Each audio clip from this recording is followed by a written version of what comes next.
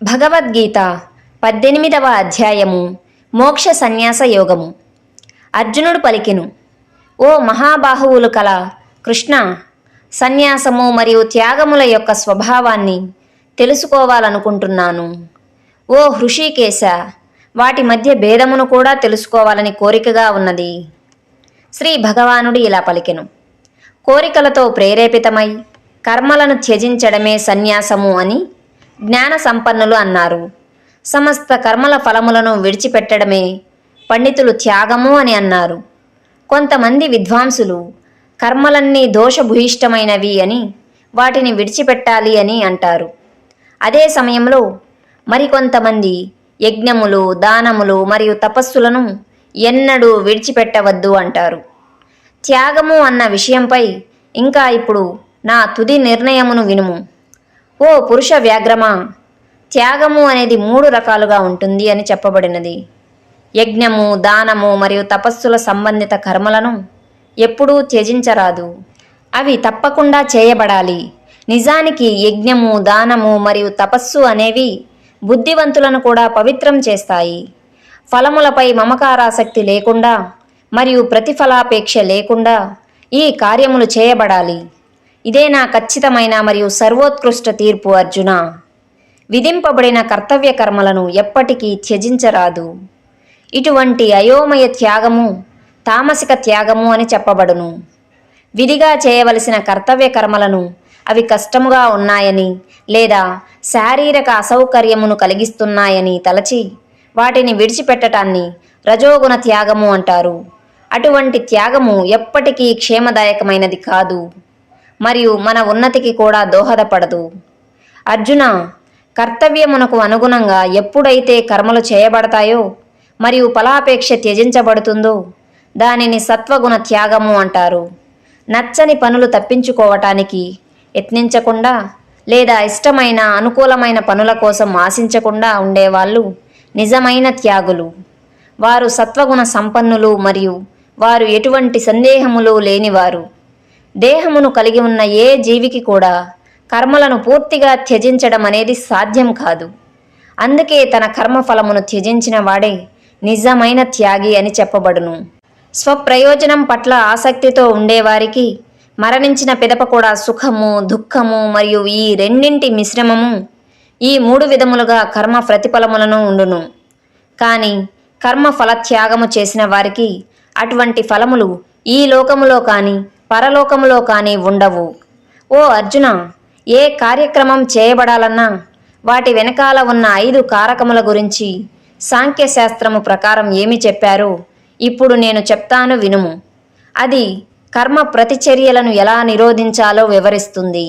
శరీరము, జీవాత్మ, వివిధ ఇంద్రియములు, వివిధ రకాల కృషి, దైవానుగ్రహం, ఇవే కర్మ యొక్క 5 అంగములు.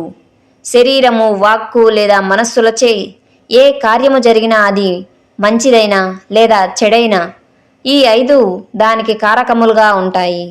ఇది అర్థం కాని వారు ఆత్మయే నిజమైన కర్త అని అనుకుంటారు. మలిన బుద్ధితో ఉన్న అటువంటి వారు యథార్థమును గ్రహింపలేరు. చేసేది నేనే అన్న కర్తృత్వ అహంకార భావమును విడిచిపెట్టి బుద్ధి, మమకారాసక్తి రహితంగా ఉండేవారు ప్రాణులను సంహరించినా సరే వారు దాన్ని చంపినట్టు కాదు మరియు కర్మబంధమునకు కూడా లోను కారు. జ్ఞానం, జ్ఞాన విషయము, జ్ఞానమును ఎరిగినవాడు ఇవి 3 కర్మను ప్రేరేపించును. కర్మ యొక్క ఉపకరణం, క్రియ, కర్త, ఈ 3 కర్మ యొక్క అంగములు. జ్ఞానం, కర్మ మరియు కర్త ఇవి ప్రకృతి త్రిగుణముల ప్రకారంగా ఒక్కోటి 3 రకాలుగా ఉంటాయని సాంఖ్యశాస్త్రము పేర్కొంటున్నది. నేను ఈ వ్యత్యాసాలు నీకిప్పుడు చెప్తాను వినుము. ఏ జ్ఞానం చేతనైతే సమస్త విభిన్నమైన జీవరాశులలో ఒకే అవిభక్తమైన అనస్వరమైన అస్తిత్వము ఉన్నట్టు తెలుసుకోబడుతుందో ఆ జ్ఞానము సత్వగుణములలో ఉంటుంది. ఏ జ్ఞానం చేతనైతే భిన్న భిన్న దేహములలో ఉన్న నానా రకాల ప్రాణులు వేర్వేరుగా ఒక్కదానినొకటి సంబంధం లేనట్టుగా చూడబడతాయో ఆ జ్ఞానం రజోగుణములో ఉన్న రాజసికమని గ్రహించుము. సంపూర్ణ సృష్టి అంతా ఈ భిన్న భిన్న భాగములే అన్న విషయంలో పూర్తిగా మనిషిని తలమునకలైపోయేట్టు చేసి తర్కబద్ధముగా లేకుండా మరియు సత్య దూరముగా ఉండే జ్ఞానము తామసిక జ్ఞానము అని చెప్పబడుతుంది.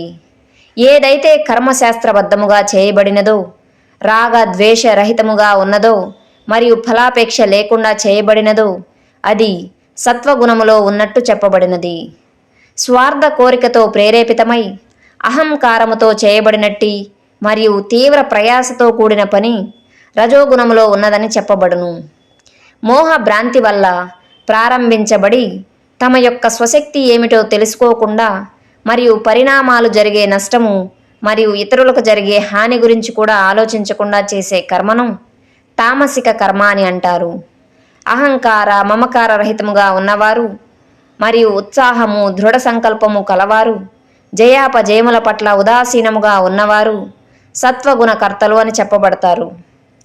కర్మ ఫలముల పట్ల ఆకర్షణతో ఉండి దురాశ కలవాడై హింసా ప్రవృత్తి కలిగి అపవిత్రతతో ఉండి మరియు హర్షశోకములతో ప్రభావితమవుతూ ఉండే కర్త రజోగుణము లోనట్టు పరిగణించబడతారు.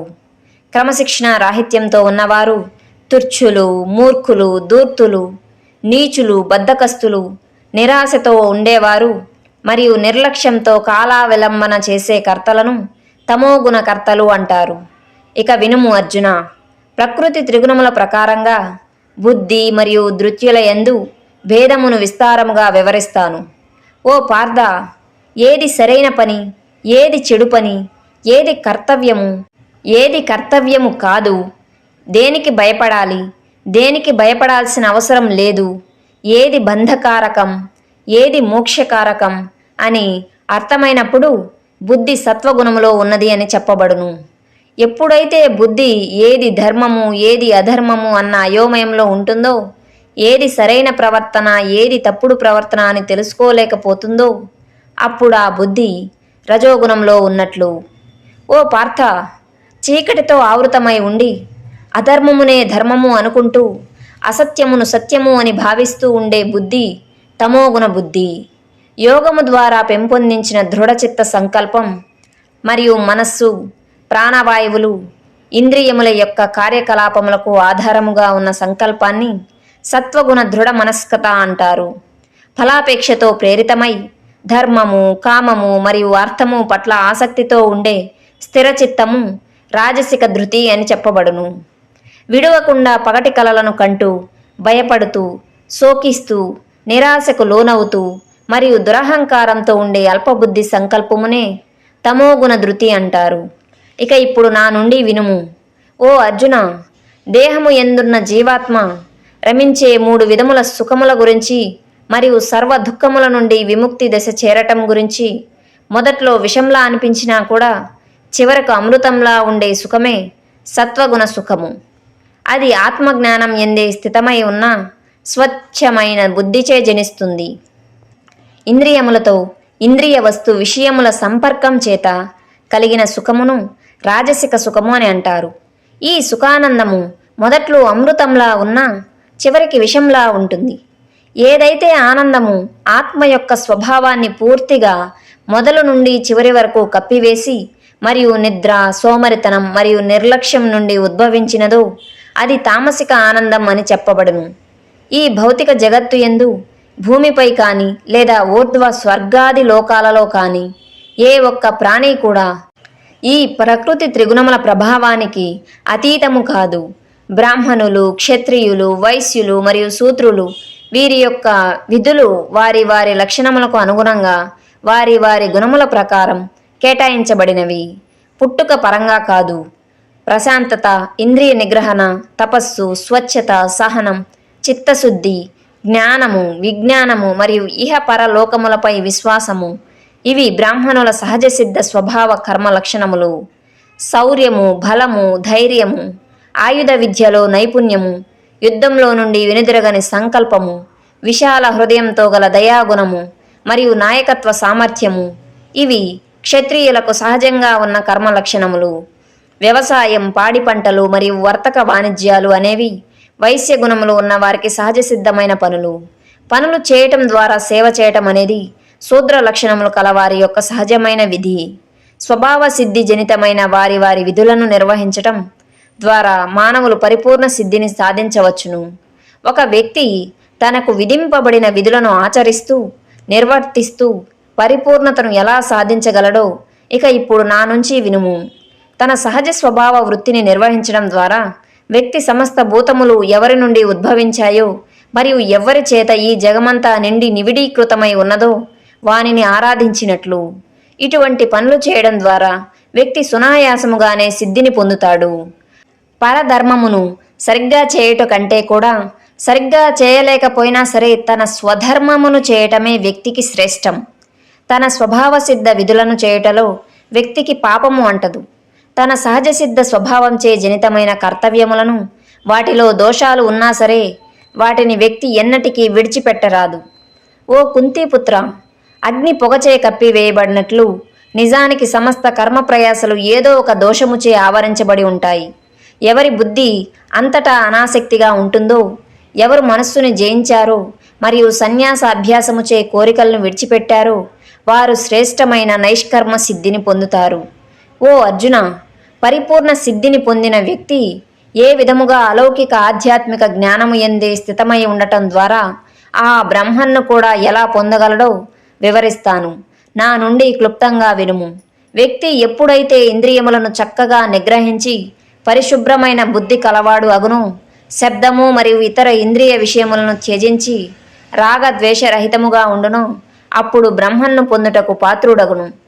అటువంటి వ్యక్తి ఏకాంతమును ఇష్టపడతాడు, మితంగా తింటాడు, శరీర మనోవాక్కులను నియంత్రిస్తాడు, నిత్యము ధ్యానంలో నిమగ్నమవుతాడు మరియు వైరాగ్యమును అభ్యాసం చేస్తాడు. అహంకారం, హింస, దురభిమానం, కోరికలు, ఆస్తిపాస్తులు తనవే అన్న భావన, స్వార్థము ఇవేమీ కూడా లేకుండా ఉన్నటువంటి వ్యక్తి ప్రశాంతంగా ఉన్నవాడే బ్రహ్మంతో ఏకీభావ స్థితిని పొందుటకు అర్హుడవుతాడు. అంటే పరమ సత్యమును బ్రహ్మన్ రూపంలో అనుభవపూర్వకంగా తెలుసుకుంటాడు. పరబ్రహ్మంతో ఏకీభావ స్థితిలో ఉన్న వ్యక్తి మానసికంగా ప్రశాంత చిత్తముతో ఉంటాడు. దేనికి శోకింపడు, దేనిని కాంక్షింపడు. సర్వభూతముల పట్ల సమాత్వ భావంతో ఉంటూ అటువంటి యోగి నా పరాభక్తిని పొందుతారు. కేవలం నా పట్ల ప్రేమయుక్త భక్తి చేత మాత్రమే యథార్థముగా నేను ఎవరో తెలుసుకోవచ్చును. నన్ను తెలుసుకున్న పిదప నా భక్తుడు నా సంపూర్ణ భావనలో లీనమగును. సర్వ కార్యాలు చేస్తూనే ఉన్నా కూడా నా భక్తులు నన్నే పూర్తిగా ఆశ్రయిస్తారు. నా కృపచేవారు నిత్య శాశ్వతమైన మరియు అనస్వరమైన ధామమును పొందుతారు. నన్నే నీ యొక్క పరమ లక్ష్యముగా చేసుకుని నీ యొక్క ప్రతి కర్మను నాకే సమర్పించుము. బుద్ధి యోగమును ఆశ్రయించి నీ చిత్తమును నాయందే ఎల్లప్పుడూ లగ్నం చేయుము. నీవు ఎల్లప్పుడూ నన్నే స్మరిస్తూ ఉంటే నా కృపచే అన్ని అడ్డంకులను మరియు కష్టాలను అధిగమించగలవు. కానీ ఒకవేళ అహంకారముచే నా సలహా వినకపోతే నీవు నాశనమైపోదువు. ఒకవేళ నీవు అహంకారముచే ప్రేరితమై నేను యుద్ధము చేయను అని అనుకుంటే నీ నిర్ణయం ఎలాగో వ్యర్థమైపోతుంది. ఎందుకంటే నీ యొక్క స్వంత భౌతిక క్షత్రియ స్వభావమే నిన్ను యుద్ధం చేయటానికి పురికొల్పుతుంది. ఓ అర్జున, మోహ భ్రాంతితో నీవు ఏదైతే పనిని చేయను అని అంటున్నావో నీ యొక్క సహజ ప్రకృతి స్వభావముచే జనించిన ప్రేరణచే ఆ పనినే చేయటానికి ప్రేరేపింపబడతావు. పరమేశ్వరుడు సమస్త ప్రాణుల హృదయములలో స్థితుడై ఉంటాడు. ఓ అర్జున, భౌతిక శక్తిచే తయారు చేయబడిన యంత్రమును అధిరోహించి ఉన్న జీవాత్మల గతిని వాటి వాటి కర్మల అనుగుణంగా ఆయన నిర్దేశిస్తూ ఉంటాడు.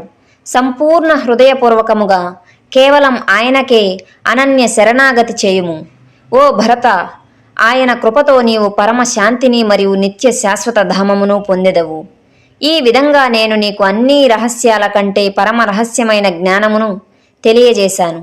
దీనిపై లోతుగా ఆలోచించుము మరియు నీకు నచ్చిన రీతిలోనే చేయుము. నా యొక్క సర్వోత్కృష్ట ఉపదేశమును మళ్ళీ ఒకసారి వినుము. అది సమస్త జ్ఞానములలోకెల్లా అత్యంత గోప్యమైనది. నీ హితము కోరి నేను దీన్ని నీకు తెలియజేస్తున్నాను. ఎందుకంటే నీవు నాకు చాలా ప్రియమైన వాడివి కాబట్టి. ఎల్లప్పుడూ నన్నే స్మరించుము, నా పట్ల భక్తితో ఉండుము, నన్ను పూజించుము మరియు నాకు నమస్కరించుము. ఇలా చేయటం వలన నీవు తప్పకుండా నన్నే చేరుకుందువు. నేను నీకిచ్చే వాగ్దానం ఇది. ఎందుకంటే నీవు నాకు చాలా చాలా చాలా ప్రియమైన వాడివి. అన్ని విధములైన ధర్మములను విడిచిపెట్టి కేవలం నాకే శరణాగతి చేయుము. నేను నిన్ను అన్ని పాపముల నుండి విముక్తి చేసేదను. భయపడకుము. ఈ ఉపదేశాన్ని ఎప్పుడూ కూడా తపస్సంపన్నులు కాని వారికి లేదా భక్తి లేని వారికి చెప్పకూడదు. వినటం పట్ల ఏవగింపు కలవారికి కూడా చెప్పకూడదు. మరియు ముఖ్యంగా నా పట్ల అసూయ కలవారికి కూడా దీనిని చెప్పకూడదు. ఎప్పుడైతే ఈ పరమ గోప్యమైన జ్ఞానమును నా భక్తులలో ఉపదేశిస్తారో వారు మహోన్నత ప్రేమయుక్త సేవను చేసినట్లు వారు నిస్సందేహంగా నన్నే చేరుకుంటారు. వారికంటే ఎక్కువ ప్రేమయుక్త సేవ నాకు ఎవ్వరూ చేసినట్టు కాదు. వారికంటే ఎక్కువ ప్రేమైన వారు కూడా నాకు ఈ భూమిపై ఎవ్వరూ ఉండరు. మన మధ్య జరిగిన ఈ పవిత్ర సంవాదమును పఠించేవారు జ్ఞాన యజ్ఞముచే నన్ను ఆరాధించినట్లు అని నేను ప్రకటిస్తున్నాను. ఇదే నా అభిప్రాయం. శ్రద్ధ, విశ్వాసంతో, అసూయ లేకుండా ఈ జ్ఞానాన్ని కేవలం విన్నవారు కూడా పాపముల నుండి విముక్తి పొంది పుణ్యాత్ములు నివసించే పవిత్ర లోకాలకు చేరుకుంటారు. ఓ అర్జున, నేను చెప్పినది ఏకాగ్రతతో విన్నావా? నీ యొక్క అజ్ఞానము, మోహభ్రాంతి నిర్మూలించబడినవా? అర్జునుడు పలికెను. ఓ అచ్యుత, నీ కృపచే నా యొక్క మోహభ్రాంతి నిర్మూలించబడినది మరియు నేను జ్ఞానములో స్థితుడనై ఉన్నాను. నాకిప్పుడు సందేహాలు ఏమీయూ లేవు మరియు నీ ఉపదేశాల ప్రకారమే నేను చేస్తాను. సంజయుడు పలికెను. ఈ విధంగా నేను వసుదేవుని పుత్రుడైన శ్రీకృష్ణుడికి మరియు మహాత్ముడైన పృథపుత్రుడు అయిన అర్జునుడికి మధ్య జరిగిన ఈ సంవాదమును విన్నాను. ఇది ఎంత అద్భుతమైనదంటే నా రోమములు నిక్కబొడుచుకుంటున్నాయి. వేదవ్యాసుని అనుగ్రహంతో నేను ఈ యొక్క సర్వోత్కృష్ట పరమ రహస్యమైన యోగమును స్వయంగా యోగేశ్వరుడైన శ్రీకృష్ణుడి నుండి తెలుసుకున్నాను. సర్వోత్కృష్ట శ్రీకృష్ణ భగవానునకు మరియు అర్జునునికి మధ్య జరిగిన ఈ మహాద్భుతమైన సంవాదమును పదే పదే గుర్తు చేసుకుంటూ, ఓ రాజా, నేను మళ్ళీ మళ్ళీ ఆనందిస్తున్నాను. మరియు ఆ శ్రీకృష్ణుడి అద్భుతమైన మరియు ఆశ్చర్యకరమైన విశ్వరూపమును గుర్తు చేసుకుంటూ ఆశ్చర్యచకితుడనై పదే పదే మహదానందముతో పదే పదే పులకించిపోతున్నాను. ఎక్కడెక్కడైతే యోగేశ్వరుడైన శ్రీకృష్ణుడు మరియు అత్యున్నత విలుకాడైన అర్జునుడు ఉంటారో అక్కడ సకల ఐశ్వర్యము, సకల విజయము, సకల సమృద్ధి మరియు ధర్మము ఉంటాయి. ఇది నా నిశ్చిత అభిప్రాయం. ఇది ఉపనిషత్తుల సారాంశము, బ్రహ్మ విద్య, యోగశాస్త్రము, శ్రీకృష్ణార్జున సంవాదము అయిన శ్రీమద్ భగవద్గీతలోని మోక్ష సన్యాస యోగము అను 18వ అధ్యాయము. ఇంతటితో 700 శ్లోకములు కలిగిన 18 అధ్యాయములు గల సంపూర్ణ వచన భగవద్గీత సారాంశం అనేది సమాప్తం.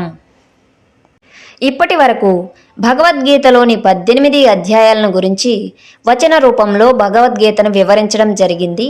నేను పోస్ట్ చేసే వీడియోలను ప్రతిరోజు ఎంతో భక్తి శ్రద్ధలతో చూస్తూ ఆ వీడియోలను లైక్ చేసి మన ఛానల్ను సబ్స్క్రైబ్ చేసుకుని చూసిన ప్రతి ఒక్కరికి నా ధన్యవాదాలను తెలుపుకుంటూ, ఇలాంటి ఆధ్యాత్మిక విషయాలు మీ పిల్లలకు, మీ మిత్రులకు, మీ శ్రేయోభిలాషులకు కూడా ఈ వీడియోలను షేర్ చేసి తెలియజేస్తారని ఆశిస్తూ మరో మంచి వీడియోతో మళ్ళీ కలుద్దాం.